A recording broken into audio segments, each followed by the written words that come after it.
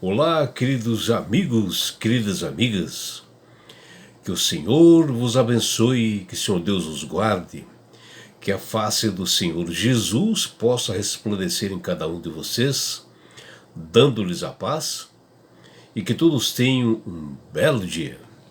Vamos estudar a lição, e hoje, quinta-feira, 18 de abril, a lição 3, ela tem como título Batalha pela Mente.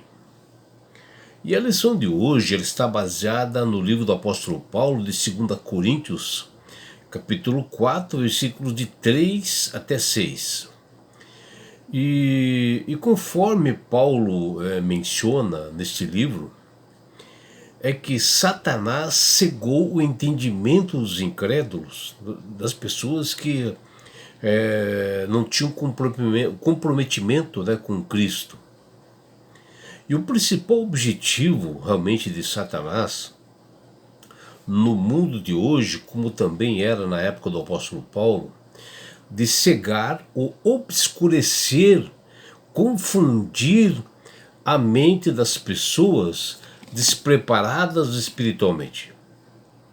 O diabo não tem poder de entrar na nossa mente ou ler o nosso pensamento ou o nosso raciocínio, mas ele faz com que as pessoas se interessem pelo raciocínio dele, com que as pessoas pensem o que ele oferece de vantagens.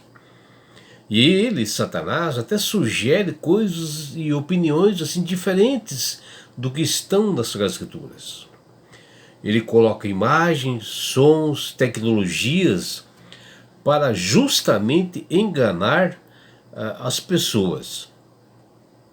E assim ele força a entrada de coisas ruins na mente de pessoas, onde ele mistura coisas assim interessantes ao homem, curiosidades, como aconteceu com Adão e Eva.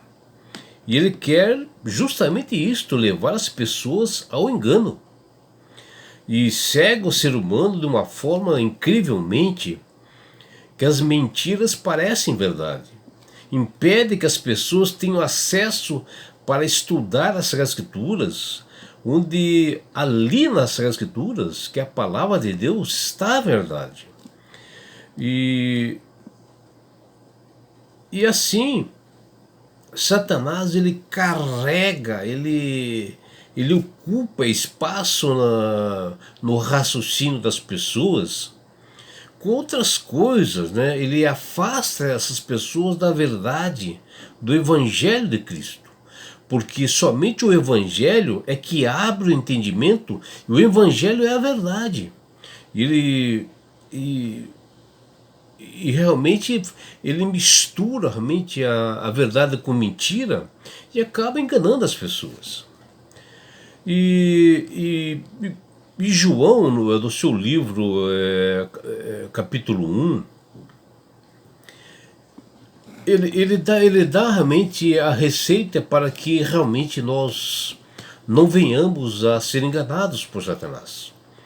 Porque ele menciona que Cristo realmente é que dá luz para nós e que nos dá o entendimento, Ele fala aí aqui em João 1, versículos 4, 5, 9 e 14, ele afirma que a vida estava em Cristo. Isto quando Jesus esteve juntamente com o Deus Pai e o Espírito Santo na criação do universo. Porque aqui é mencionado em Gênesis 1 que o Verbo, que no caso é Jesus, estava com Deus Pai e ele participou da criação. E a origem de toda a vida, de toda a fonte da verdade, está com ele, Cristo, que é a luz dos homens. E é por isso que o apóstolo João menciona isto, para que nós possamos ter esse entendimento, esta luz e buscar o Senhor para as nossas dúvidas, né? E a nossa mente, ela é o palco assim, do grande conflito cósmico, né, entre o bem e o mal, entre Deus e Satanás. É uma luta assim, entre anjos maus e anjos bons para obter realmente a nossa vida, né, e mostrar realmente o que ocorre no mundo. E o próprio homem é que determina de qual lado ele estará, de aquele que ganhará realmente essa batalha, e vai decidir se é do lado de Satanás ou é o lado realmente de Deus que tem a verdade. E o apóstolo Paulo, em Romanos 12:2, ele nos diz: e não vos conformeis com este século, mas transformai-vos pela renovação de vossa mente, para que experimenteis qual seja a boa e agradável e perfeita vontade de Deus. Está aqui a palavra correta, né?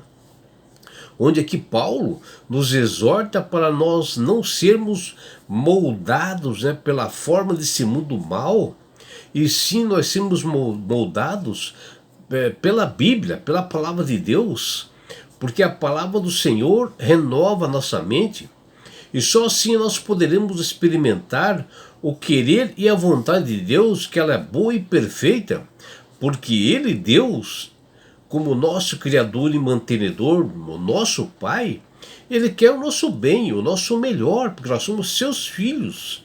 E por amor a que Ele faz isso, Ele quer que nós vivamos neste mundo o melhor, enquanto nós aguardamos a bendita esperança. Ou seja, né, a volta de Jesus, que está bem breve. E Jesus, o Filho de Deus, sem pecado, na cruz morreu por todos nós, e ele foi considerado maldito para que todos nós sejamos benditos. E Jesus veio para nos dar vida e vida em abundância. Isso ele quer colocar na nossa mente, que nós somos seus filhos, e que Ele está dando o melhor para que nós tenhamos entendimento e fazer a escolha correta através de um raciocínio, né, que o Espírito Santo nos dá para nós enxergarmos a verdade, que é a palavra de Deus. E o apóstolo Paulo, em 2 Coríntios 4, ele fala a palavra entendimento, que vem do grego noema, que significa literalmente percepção ou capacidade mental. O apóstolo Pedro, para alertar, exortar e prevenir os cristãos, ele escreveu em 2 Pedro 3, versículos 15 e 16, da necessidade de nós prepararmos através da Bíblia, para que mentalmente não sejamos enganados por Satanás, e principalmente os assuntos espirituais, que nós temos dificuldades de raciocinar, de enxergar a verdade. E olha que ele fala,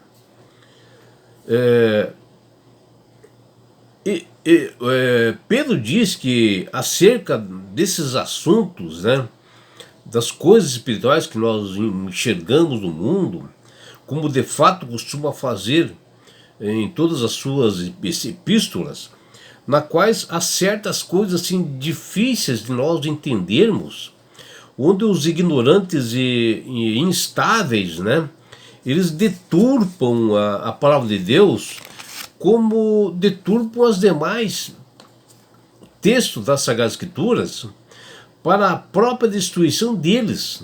Veja que coisa gravíssima, está lá em 2 Pedro 3, versículos 15 e 16. E Pedro levantou a questão de que as dificuldades de nós compreendermos a Bíblia não está no escrito dos autores, como o próprio Paulo, mas na cegueira espiritual que faz parte da nossa vida, e principalmente aqueles que se perdem, que diz lá em 2 Coríntios 4:3. Não se trata, portanto, assim, de uma mensagem obscura ou difícil, mas sim a luz do Evangelho, que é Cristo, que fala em 2 Coríntios 4:4, é que falta na nossa mente, ou seja, a sabedoria que vem de Deus. E assim é a batalha que existe, né, entre Cristo e Satanás, pela nossa mente, ou seja, a mente do ser humano, que fala em Romanos 7:23 e 2 Coríntios 3:14. A principal ação do diabo no ser humano é cegar, é confundir, é obscurecer a mente de pessoas despreparadas espiritualmente, que não estudam as escrituras diariamente, que não se consagram a cada manhã, que não são batizadas pelo poder do Espírito Santo para ter esse entendimento, que não tem que acabam não tendo essa comunhão com Deus e acabam realmente sendo enganados pelo inimigo. Porque o objetivo do inimigo é justamente afastar as pessoas desses estudos diários da palavra de Deus, ao transtornar, né, os poderes da mente por meio do excesso assim, de trabalhos diários, de atividades físicas e mentais, levando o ser humano ao cansaço, não deixando que o cristão tenha tempo para estudar a Bíblia. E Satanás ocupa a mente das pessoas com coisas da vida, ou pelo orgulho e exaltação pessoal de cada indivíduo.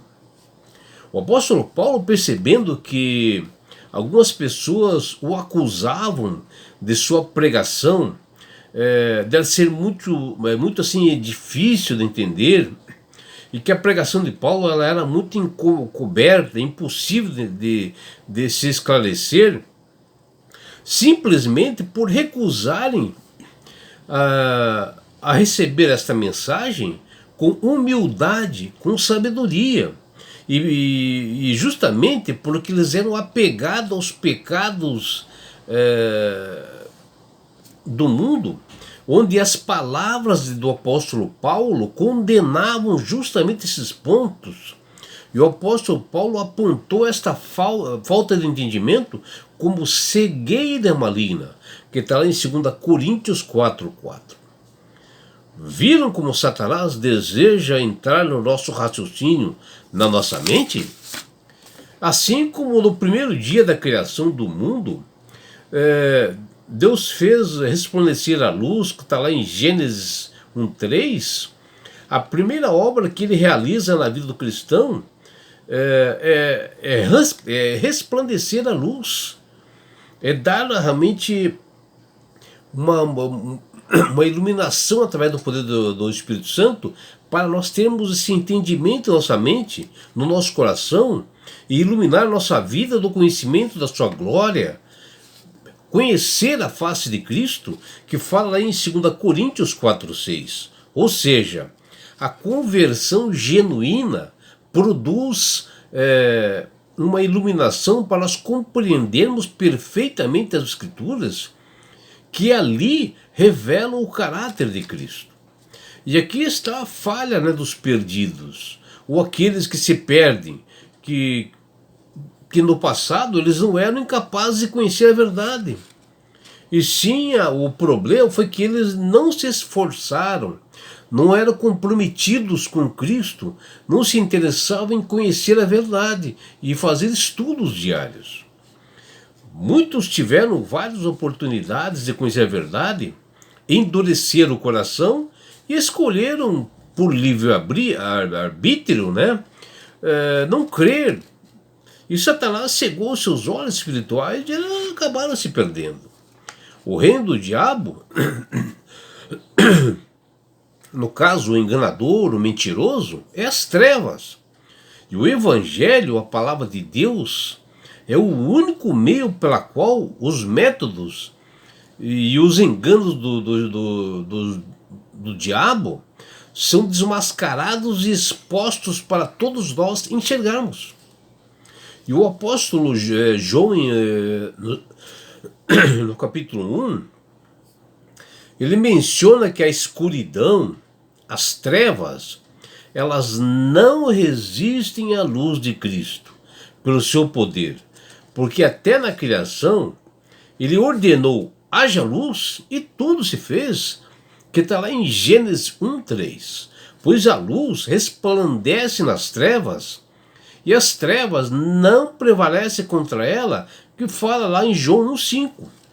E João, um grande apóstolo de Jesus, fala completo que Jesus era o Verbo, e o Verbo estava no princípio com Deus, ou seja, Pai, Filho e Espírito Santo estavam juntos na criação, e ele, Cristo, tem o poder sobre tudo, onde a verdadeira luz ilumina todo homem, que está lá em João capítulo 1, versículo 8 e 9. A luz salvífica que emana de Cristo está disponível a todos nós. E o apóstolo João diz: e o Verbo se fez carne e habitou entre nós, cheio de graça e verdade, e vimos a sua glória como do unigênito do Pai. Veja que o apóstolo João é bem claro, né? Que Cristo é a salvação e que ele realmente dá luz para nós termos entendimento da palavra de Deus. Esse é o comprometimento que nós devemos ter. E é por isso que Deus tem falado com todas as pessoas através do poder do Espírito Santo para aceitarem a Jesus como Salvador e Senhor. Porque a partir do momento que você aceitar Jesus como Salvador e Senhor, você passa a ser uma pessoa com sabedoria, com entendimento, começa a manusear melhor as Escrituras, começa a enxergar a verdade, e assim você tem argumento para desmascarar Satanás. E não é só isso, meu amigo, minha amiga. Quando você aceita Jesus como Salvador e Senhor, você ganha de Deus esse presente que chama-se salvação. E com isto, na segunda vinda de Jesus, eu, você, todos nós, iremos para as mansões celestiais. Um lugar, meu amigo, minha amiga, de onde lá não haverá mais morte, não haverá mais dor, não haverá mais sofrimento, não haverá mais perseguições. Você estará na grande bodas do Cordeiro, Jesus. E lá você poderá ver os seus entes queridos. Você poderá estar face a face com Jesus. E sabe por que Deus quer fazer isto com você, minha amiga? Com você, meu amigo? Porque Jesus te ama. Abraços do seu amigo João Carlos Amorim.